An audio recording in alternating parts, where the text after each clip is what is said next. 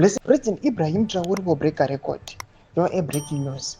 Wani wakunzi orespectwa zvakanyanyisa zvoita kuti mamwe maAfrican leaders panguva ine vachatobva koko kuMoscow kuRussia vane bundu rekurwadziwa nokuda kwemassive development yaita within 3 years dzemupower. Sandapinda mashoko mudanjiro hapana mdogo subscribe or like on the bell icon.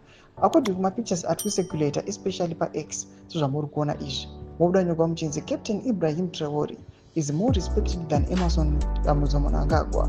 Vamwe vanoposta vachiti where is Mnangagwa vachibvunza chiti some sports tikuona kuti ED Mnangagwa haasi kuonekwa pane matop leaders kana kuva munhu angakochesewa kana kufarirwa kutorwa maimages naye.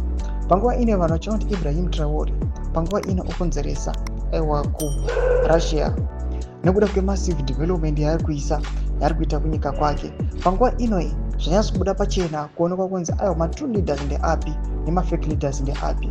Panguva ine panoonekwa kunzi marevolutionary leaders vanozviclaima kuti ndo vanotonga zvine unyanzvi. Panguva ine tinoona kuti they have been sidelined, havasi kana kuonekwa kana sechinhu. Kuri kuonekwa some of the African leaders havasi kana kurespectiwa, asi kurespectiwa kunoitwa Ibrahim Traore kunyanya nana Putin. Panguva ine kunyatsoonekwa kunzi this man achaenda kumberi, zita rake riri kufamba.